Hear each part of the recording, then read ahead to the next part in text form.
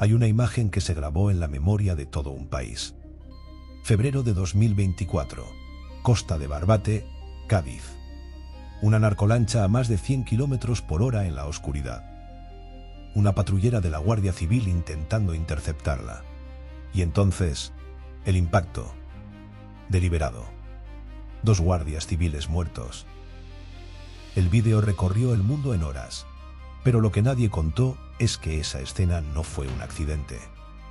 Ni una excepción. Fue la consecuencia lógica de algo que lleva décadas construyéndose. Las imágenes de Barbate parecen un punto de ruptura, pero en realidad son el resultado de 40 años de acumulación. Barbate no creó el problema, solo hizo imposible seguir ignorándolo. Y eso es exactamente lo que vamos a desmontar hoy. Porque la pregunta no es ¿cómo llegó España a esto? La pregunta es ¿por qué tardamos tanto en verlo venir? Durante décadas, el narcotráfico fue en España una historia de fondo. Algo que pasaba en otras costas, en otros países, en otras realidades. Pero resulta que no. Hoy, el 30% de toda la cocaína que entra en Europa lo hace a través de España. 30%. 1 de cada 3 gramos.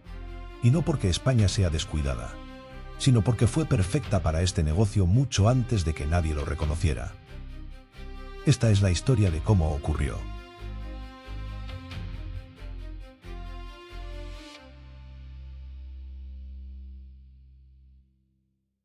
Acto 1. El contrabando tolerado. Cuando el crimen no parecía crimen. Para entender lo que pasa hoy, hay que volver a un tiempo en el que la palabra narcotráfico ni siquiera existía en el vocabulario de la mayoría de los españoles. Estamos en Galicia. Finales del franquismo. Años 70. Imagina una economía rota. Pesca en declive. El Estado a kilómetros de distancia literal y metafóricamente. Y una costa recortada, llena de rías, de calas, de lugares donde una lancha puede entrar y salir sin que nadie se entere. ¿Qué haces si tienes familia que alimentar y el mar te ofrece una salida? La mayoría de la gente elegiría exactamente lo que eligieron ellos. El tabaco fue primero. Cajetillas americanas, Winston, Marlboro. Entraban de Portugal, de Marruecos, a veces directamente del Atlántico. Las planeadoras ligeras, rápidas, silenciosas de noche, empezaron a ser tan normales como los barcos de pesca. Y lo crucial es esto: nadie los veía como criminales. Eran vecinos, eran familia, eran el hombre que te prestaba dinero cuando lo necesitabas. El que pagaba la primera comunión de sus hijos con billetes nuevos y nadie preguntaba de dónde venían.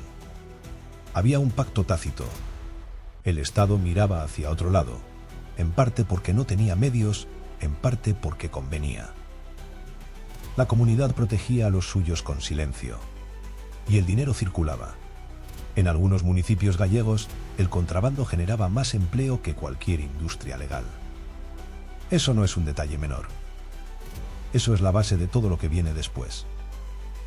Porque cuando el crimen se normaliza así de profundamente, cuando se convierte en parte del tejido económico y social de una comunidad, ya no es solo un problema policial, es cultural. Y lo cultural no se desmonta con una redada. Cuando una economía ilegal alimenta pueblos enteros, deja de percibirse como una amenaza. Se convierte en normalidad. El Estado veía contrabando. Mucha gente veía supervivencia. Pero el tabaco tenía un techo. Los márgenes eran limitados. El riesgo iba aumentando. Y al otro lado del Atlántico, alguien estaba ofreciendo algo mucho más rentable. Acto 2. El salto. Cuando todo cambió para siempre. Hay un momento exacto en que la historia da un giro. No es dramático. No hay una reunión secreta ni una decisión formal. Es simplemente que alguien dice que sí. Y ese sí lo cambia todo. El error es imaginar que el narcotráfico apareció de repente. La infraestructura ya existía. Los cárteles colombianos no construyeron una red en Galicia. Encontraron una ya preparada. Solo cambió la mercancía. Estamos a principios de los años 80. Los cárteles colombianos están en plena expansión. Medellín, Cali, Pablo Escobar buscando rutas hacia Europa. Y en Galicia hay estructuras perfectas esperando. Redes de transporte ya probadas, conocimiento del mar. Gente acostumbrada a mover mercancía sin hacer ruido. Solo había que sustituir el tabaco por cocaína. El margen pasó de ser pequeño a ser obsceno. Y así nacen los clanes. Los charlines, los Oubiña, los Sito Miñanco. Nombres que hoy suenan a historia, pero que en su momento eran poder real. Casas enormes en pueblos de 4 calles. Coches de lujo aparcados donde antes solo había tractores. Y una mezcla extraña de respeto y miedo que los blindaba mejor que cualquier guardia. Porque nadie hablaba. Y los que hablaban, aprendían rápido que no merecía la pena. El negocio creció tan rápido que desbordó cualquier previsión. Tanto que el Estado tardó años en reaccionar. Cuando lo hizo, llegó con la Operación Nécora. El mayor golpe policial contra el narcotráfico en la historia de España hasta ese momento. Detenciones masivas. Nombres conocidos en los periódicos. Por primera vez la impunidad tenía grietas. Pero había un problema que nadie quería ver todavía. Mientras los clanes movían cocaína hacia afuera, hacia adentro estaba entrando otra cosa. Heroína. Y esa sí destruía a los tuyos. Barrios enteros de ciudades gallegas, andaluzas, vascas, catalanas, atrapados en una espiral que nadie había visto venir. Jeringuillas, sobredosis, familias rotas. Y entonces ocurrió algo extraordinario. Las madres salieron a la calle. No organizaciones, no partidos, no instituciones. Madres, mujeres que señalaron con el dedo a los que vendían en su portal. Que denunciaron en público lo que la justicia tardaba en perseguir. Que rompieron el silencio que había protegido al sistema durante décadas. Eso cambió la percepción social para siempre. Porque hasta ese momento, mucha gente podía decirse a sí misma que el narcotráfico era un negocio que no iba con ellos. Que era cosa de otros, hasta que vieron a su hijo. España empezó a despertar, pero el sistema ya era demasiado grande para desaparecer con un despertar. Solo necesitaba adaptarse. Acto 3. España se abre al mundo. Los años 90 cambiaron España de una forma que todavía no hemos terminado de procesar del todo. Entramos en Europa. La economía creció. Las autopistas conectaron el país. El turismo explotó. ¿Y los puertos? Los puertos se convirtieron en otra cosa. Algeciras, Valencia, Barcelona, infraestructuras enormes. Miles de contenedores al día. ¿Sabes cuántos contenedores pasan por el puerto de Algeciras cada año? Más de 5 millones. 5 millones. ¿Y sabes qué porcentaje puede inspeccionarse a fondo? Menos del 2%. Esto no es una crítica al puerto, ni a la aduana, ni a nadie en particular. Es una realidad matemática que el crimen organizado calculó antes que nadie.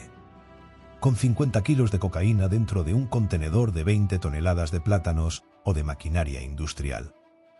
La aguja en el pajar no es una metáfora. Es el método. Y no hacía falta que funcionara siempre. Solo hacía falta que funcionara con suficiente frecuencia. Porque en este negocio, si metes 10 cargamentos y te interceptan 2, los otros 8 pagan con creces las pérdidas. España no se convirtió en punto de entrada por casualidad. Se convirtió en nodo. Un nodo en una red global que conectaba los laboratorios de cocaína en Colombia y Perú. Con los puertos de África Occidental usados como escala. Con la costa española como primera puerta europea. Y desde ahí, a cualquier ciudad del continente en menos de 48 horas. Todo eso mientras España celebraba los Juegos Olímpicos, mientras se construían autopistas, mientras el país miraba hacia adelante convencido de que lo peor ya había pasado. No había pasado, estaba llegando. Acto 4. Las nuevas mafias.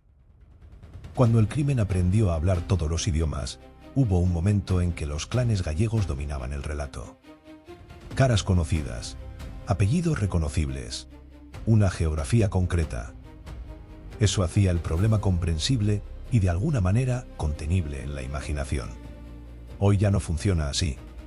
El crimen organizado que opera en España en el siglo XXI no tiene un centro. Tiene nodos. Redes del este de Europa especializadas en transporte y logística.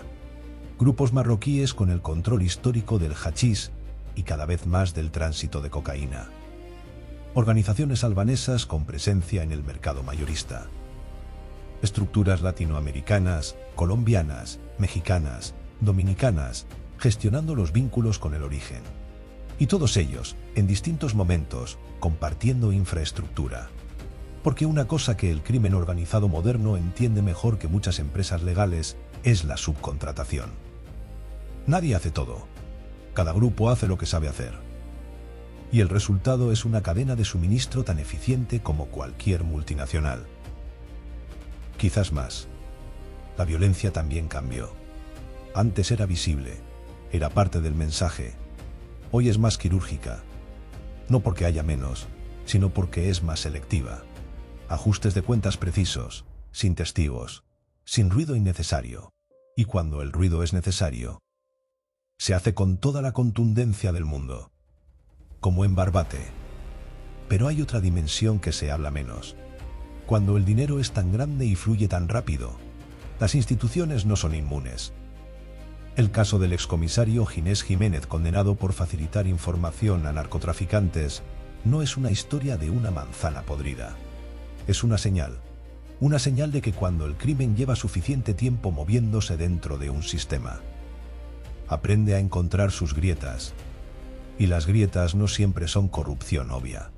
A veces son favores, información compartida, miradas hacia otro lado en el momento justo. Zonas grises donde la ley deja de ser clara y empieza a ser negociable. Acto 5. El dinero. La parte de la historia que casi nunca se cuenta. Hasta ahora hemos hablado de drogas, de rutas, de violencia. Pero hay algo que raramente aparece en los titulares y que es en realidad la parte más importante de esta historia. El dinero. No el dinero que se gana, sino el dinero que desaparece y vuelve limpio. Porque un alijo de cocaína no termina en la droga. Empieza en ella. Después comienza el recorrido real. Piensa en esto.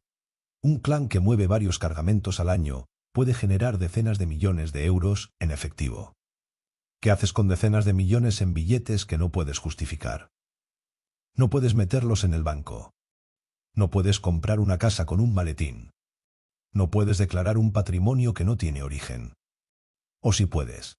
Si sabes cómo. Empresas pantalla. Sociedades en paraísos fiscales. Fragmentación de depósitos para no activar alarmas. Préstamos ficticios entre sociedades vinculadas. Y sobre todo, ladrillo. El sector inmobiliario ha sido históricamente el gran lavadero del narcotráfico en España. Durante el boom de los años 2000, cuando construir era fácil y los precios subían solos. Había promotoras e intermediarios dispuestos a no hacer demasiadas preguntas si el dinero llegaba rápido y en efectivo. Urbanizaciones en la costa mediterránea. Bares y restaurantes que nunca llenaban, pero nunca cerraban. Hoteles que facturaban lo justo para justificar un flujo de caja que venía de otro lado. El dinero de la droga no se queda en la droga. Compra calles, compra negocios, compra silencio. Y cuando compra suficiente, empieza a comprar algo más valioso todavía. Normalidad. Porque ahí está el truco definitivo del blanqueo. Que después de 2 o 3 pasos, ese dinero ya no parece sucio. Es el sueldo de alguien. Es el dividendo de una empresa. Es el alquiler de un local. Ya es parte de la economía legal. Hay estimaciones difíciles de verificar por su propia naturaleza que sitúan el volumen del blanqueo de capitales vinculado al narcotráfico en España en miles de millones de euros anuales. Miles de millones, integrados en la economía, en el PIB, en el tejido empresarial de este país. Cuando el crimen llega a ese nivel, ya no es un problema marginal. Es estructural. Y los problemas estructurales no se resuelven con una operación policial. Acto 6. El sur. Hay un lugar en España donde todo esto se ve con una claridad distinta. El campo de Gibraltar. 14 kilómetros. Eso es lo que separa Europa de África en el punto más estrecho del estrecho. 14 kilómetros de agua, con el tráfico marítimo más denso del mundo cruzando de este a oeste. Y con una ruta norte-sur que nadie ha podido cerrar. El hachís marroquí lleva décadas entrando por aquí. La cocaína latinoamericana ha encontrado aquí su segunda puerta de entrada. Y las narcolanchas, esas planeadoras que pueden alcanzar los 120 kilómetros por hora, han convertido la travesía en algo que se hace en menos de 15 minutos. 15 minutos, antes de que cualquier patrullera pueda interceptar nada. Lo que ha cambiado en los últimos años es la escala y la impudencia. Antes las lanchas operaban de noche. Buscaban la oscuridad. Ahora entran de día, a plena vista, porque han aprendido que la visibilidad también es una estrategia. Cuando entras 20 lanchas a la vez, repartidas en puntos distintos de la costa, la Guardia Civil no puede perseguirlas a todas. Es un ataque de saturación. Y en algunas zonas, la normalización ha llegado a un punto difícil de creer. Residentes que siguen las frecuencias de radio de la Guardia Civil para avisar por WhatsApp. Redes de vigías en puntos elevados de la costa. Infraestructura logística en tierra, coches, almacenes, transportistas lista para recoger la mercancía en minutos. Mientras tanto, los agentes que trabajan en esas zonas lo hacen con medios que durante años no estuvieron a la altura del desafío. Lanchas más lentas que las que perseguían. Protección personal insuficiente. Y la presión de intervenir en situaciones donde el riesgo de violencia era real y creciente. Fue en ese contexto donde se creó Oconsur.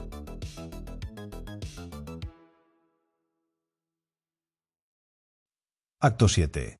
Oconsur y lo que vino después. Cuando el Estado reacciona y luego duda, Oconsur fue, en su momento, la respuesta más ambiciosa del Estado español al narcotráfico en el sur.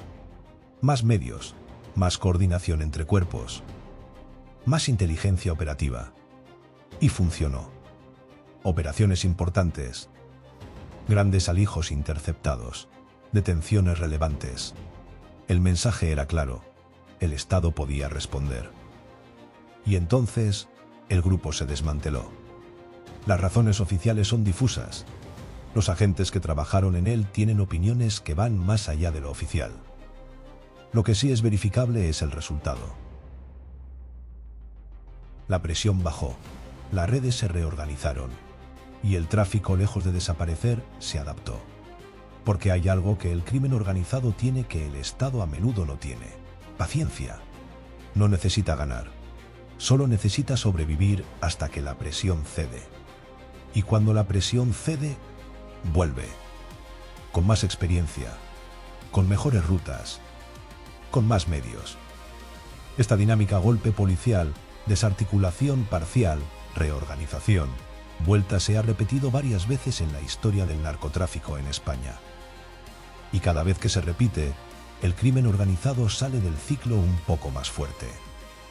No porque sea invencible, sino porque el Estado, a diferencia del crimen, tiene que rendir cuentas cada 4 años. Y entonces llegó Barbate. Acto 8. Barbate. El punto de inflexión, el 9 de febrero de 2024. 2 guardias civiles patrullan en una embarcación cerca de la costa de Barbate. Detectan una narcolancha, intentan interceptarla. La lancha no frena. Embiste, 2 agentes mueren. El vídeo grabado desde tierra por alguien que estaba mirando se difunde en pocas horas. España se para. Y lo que siguió fue una mezcla de indignación, dolor y una pregunta que de repente todo el mundo se hacía en voz alta. ¿Cómo hemos llegado hasta aquí? Pero esa pregunta, aunque legítima, tiene un problema. Implica que algo falló de repente. Que hubo un error, un momento concreto. una decisión equivocada. Y no es así. Lo que ocurrió en Barbate no fue un accidente del sistema. Fue el sistema funcionando exactamente como ha funcionado durante décadas. Un sistema donde el crimen organizado ha aprendido que la confrontación directa tiene un coste asumible. Donde la impunidad, aunque no es total, es suficiente para seguir operando. Donde los medios del Estado han ido siempre por detrás de la capacidad de adaptación de las redes criminales. Barbate no fue el comienzo de algo. Fue el final de la capacidad de mirar hacia otro lado. Epílogo. Lo que viene. ¿Y por qué esta historia no ha terminado? El narcotráfico en España en 2024 no se parece al de 1990. Y el de 2030 no se parecerá al de hoy. Ya están operando narcosubmarinos semisumergibles que cruzan el Atlántico cargados de cocaína. Ya se usan drones para coordinar las descargas y vigilar a las fuerzas de seguridad. Ya hay redes que utilizan criptomonedas para mover el dinero sin dejar rastro bancario. El crimen organizado adopta la tecnología más rápido que cualquier institución. Porque no tiene que licitarlo, no tiene que aprobarlo en comisión. Solo tiene que comprarlo. Mientras tanto, los puertos europeos están cada vez más interconectados. Un contenedor que entra en Rotterdam puede haber pasado antes por Valencia. Lo que se intercepta en Amberes da pistas sobre lo que está llegando a Lisboa. El narcotráfico ya no entiende de fronteras nacionales. Y las respuestas, que siguen siendo mayoritariamente nacionales, tienen un problema estructural de escala. ¿Qué hace falta? Coordinación europea real, no solo en papel. Más medios para los agentes en primera línea. Mayor transparencia en el sector inmobiliario y financiero para dificultar el blanqueo. Y quizás lo más difícil, una conversación honesta sobre qué parte de este problema tiene solución policial y qué parte tiene solución social. Porque hay algo que 40 años de historia en España nos enseñan con claridad. Cuando no hay oportunidades, el crimen ofrece las suyas. Y las suyas son rápidas, están bien pagadas y no exigen título universitario. La historia que hemos contado hoy no empieza con una lancha a 100 km por hora en la oscuridad. Empieza con alguien que necesita alimentar a su familia en una costa donde el Estado no llega. Y mientras eso siga siendo posible en algún lugar del mundo, las lanchas seguirán entrando. Y lo que siguió fue una mezcla de indignación, dolor y una pregunta que de repente todo el mundo se hacía en voz alta. ¿Cómo hemos llegado hasta aquí?